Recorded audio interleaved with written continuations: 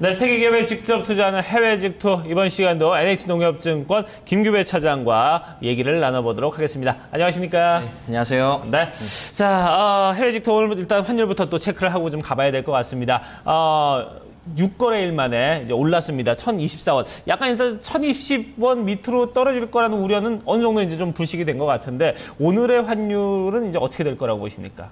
네. 좀 원달러 환율이 위태롭게 1,020원대 초반에서 지지력을 나타내고 있는데요. 다행스럽게도 그 밑으로 하방하는 그런 경향 위험한 구간에서 좀 벗어난 것 같이 보이고 있습니다. 어제 서울 외환시장에서 원달러 환율이 전일 대비 4원 오른 1,024원 10전의 거래를 마쳤습니다.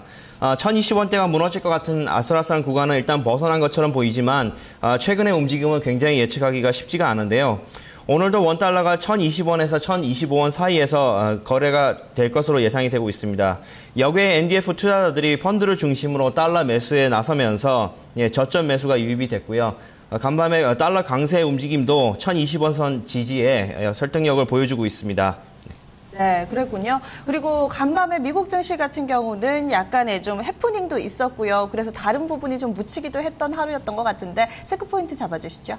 네, 어제 말씀하신 것처럼 미 공급자 관리협회 ISM 제조업 지수가 수정을 해서 혼조세를 나타냈는데요. 이 지수가 발표되기 전까지는 거래량도 괜찮았고 나름 분위기도 좋았습니다. 하지만 그 지표가 번복되는 바람에 잠깐 그 투자자들이 혼란을 겪은 하루였습니다.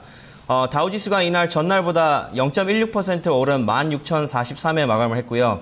S&P 500 지수도 전날 대비 0.07% 오른 1924.97로 거래를 마쳤습니다. 반면 나스닥 지수는 5.42포인트 하락한 4,237을 기록을 하였고요. 네, 이날 증시에서 미국 공급관리자협회가 발표한 5월 제조업 구매자 관리지수 PMI 산정에 오류가 발생해서 2시간 만에 2번이나 수정 발표되는 총극이 벌어졌는데요. 미 공급자 관리협회는 이날 12시 30분쯤 5월 제조업 PMI가 55.4를 기록했다고 두 번째 수정치를 발표를 했습니다.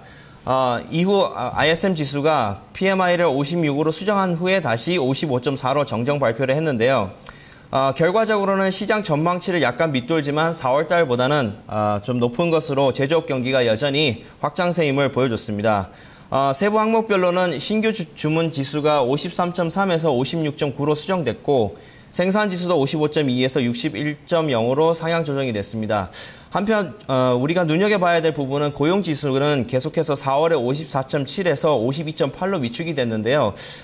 계속해서 지표 중에서 고용 지표가 앞으로 어떻게 나오느냐에 따라서 시장의 방향이 갈릴 것으로 예상이 되고 있고 마지막 팁을 하나 드리면 오늘 저녁에는 캔사스 시티 그 연방은행 총재인 조지 애쉬더가 그 통화 정책에 관련돼서 어떤 연설이 있을 예정이기 때문에 한번 주목해봐야 될 중요한 변수 중에 하나라고 생각합니다. 네, 자 이렇게 뭐 여러 가지 좀 복잡하게 정신없이 좀 왔다 갔다 하는 그런 하루였었는데 그 와중에서도 눈에 띄는 업종들은 어떤 업종이 눈에 띄었습니까? 네.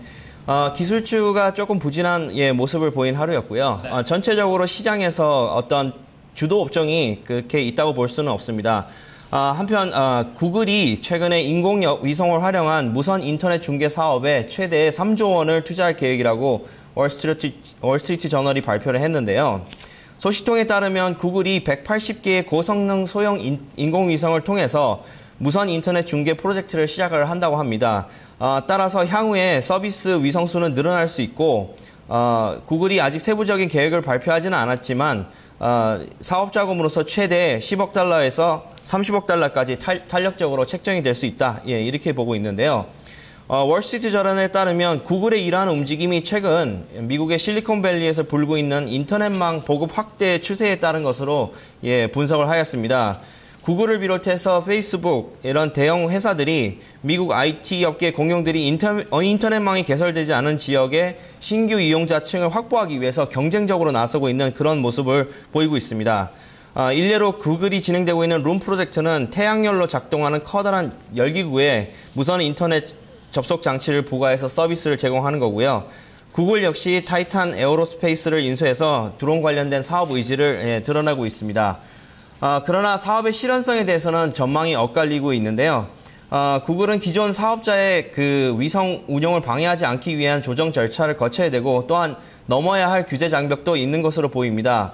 하지만 인공위성 산업 컨설팅 업체 그 테라스트라의 조지 러시 대표는 구글의 계획이 예상보다 많은 비용을 초래해서 결국은 실패할 것이라고 얘기를 하지만 반면에 발사 비용이 6억 달러면 충분할 거다. 그래서 생각보다 돈이 많이 들지 않는다라는 이런 의견도 있습니다. 그래서 앞으로 이러한 사업 부문이 어떻게 시장에서 어떤 긍정적인 모습을 보일 수 있을지는 계속해서 지켜봐야 될 것 같습니다. 사실 땅덩어리가 굉장히 작아서 상간 5G까지도 인터넷이 다 되는 우리나라는 이런 뭐 드론 갖다가 뭐 인터넷을 만든다 뭐 이런 얘기하면 약간 좀 생소하기도 한데 이런 쪽 그러니까 아프리카 쪽이나 아직까지는 좀 개발이 되지 못한 국가들까지도 인터넷 진출을 좀 확대하고 있다는 점 상당히 좀 인상적이네요. 그 밖에도 특징적인 종목 어떤 게 있었나요?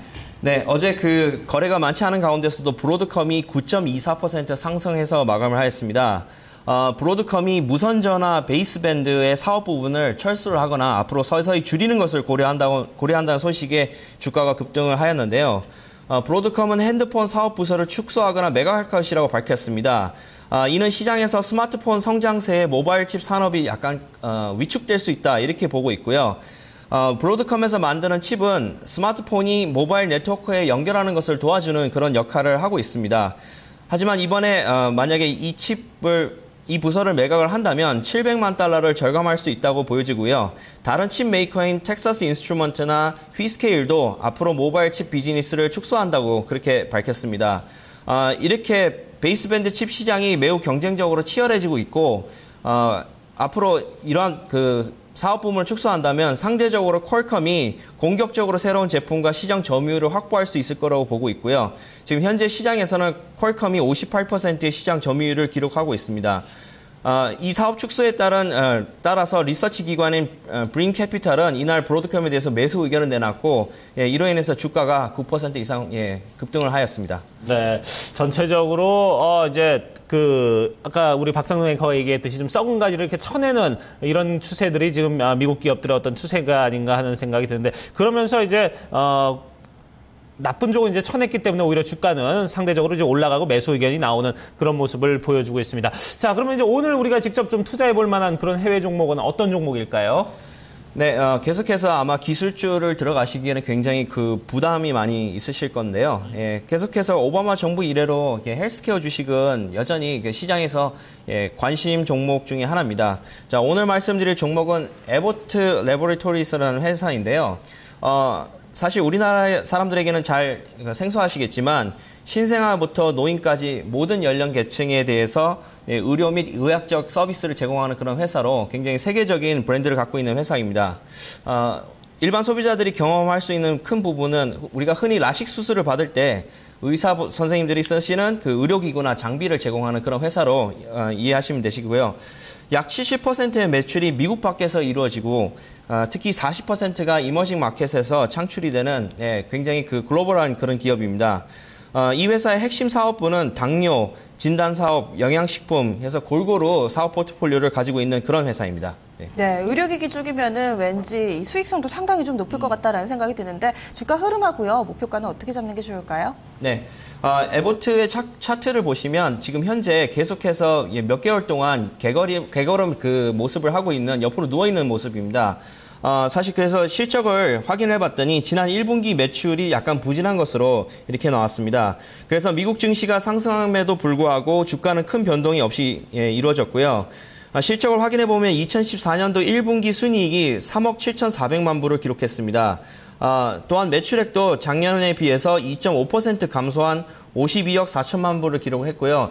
이로 인해서 주가가 그렇게 서프라이징한 그런 모습이 나타나지는 않았습니다. 다만 한 가지 위안점은 실험실 검사 분야의 매출이 계속해서 증가를 하고 있어서 다른 사업부의 부진을 만회를 하고 있는 긍정적인 모습을 가지고 있습니다. 최근에 그 에보트 랩이 그 칠레의 제너릭 약품 제조업체인 CFR 제약을 인수를 하였다고 합니다. 인수 금액은 29억 달러 정도 되는데요. 이로 인해서 라틴 아메리카 시장에 어떤 진출의 그 디딤돌을 마련을 했습니다. 참고로 말씀드리면 그 칠레의 산티아고에 있는 CFR 파마라는 회사는 중남미의 약 15개국에 진출한 회사로서 1000개 이상의 다양한 제품을 발매를 하고 있습니다. 시장의 조사기관인 IMS 헬스사에 따르면 중남미 제약 시장이 올해 매출이 730억 달러에 도달을 하고 2018년쯤에는 1240억 달러에 이를 것으로 예상되는 굉장히 뜨거운 시장이 될 것이라고 예상을 하고 있습니다. 한편 에보트의 기관 투자 보유 현황을 살펴보시면 그 가치 투자를 지향하는 블랙락이라든가 뱅가드, 스테이트 스트리트 등에서 약 5% 이상 계속해서 보유를 하고 있고 시장에 현재 그 27명의 애널리스트들의 설문조사 결과에 의하면 13명이 바이 의견, 10명이 홀드 의견을 내고 있습니다. 그래서 현재 그 목표가에 대해서는 약 42달러로 보고 있고요. 이 주식은 나스닥에 현재 상장이 되어 있으며 그 티커는 ABT라는 티커를 쓰고 있습니다. 예를 들어서 약 100주를 예를 들어서 42달러에 만약에 파신다면 약 12달러 99센트 정도 나올 것으로 예상됩니다. 그래서 투자자분들이 보실 때 그 차트를 살펴보시면서 매수 기회를 찾으신다면 한번 좋은 성과가 있을 것으로 예상이 되고 있습니다. 네, 오늘 말씀 고맙습니다. 감사합니다. 네. 네, 오늘 살펴본 해외 기업은 에보트라는 헬스케어 관련주였는데요. 최근에는 약간은 좀 옆으로 횡보하는 흐름 나타내고 있습니다. 하지만 여러 가지 인수라든지 새로운 사업 계획을 통해서 앞으로의 기대감 남아있는 종목이고요. 목표가는 42달러가 제시됐습니다. 해외 직투 함께 하셨습니다.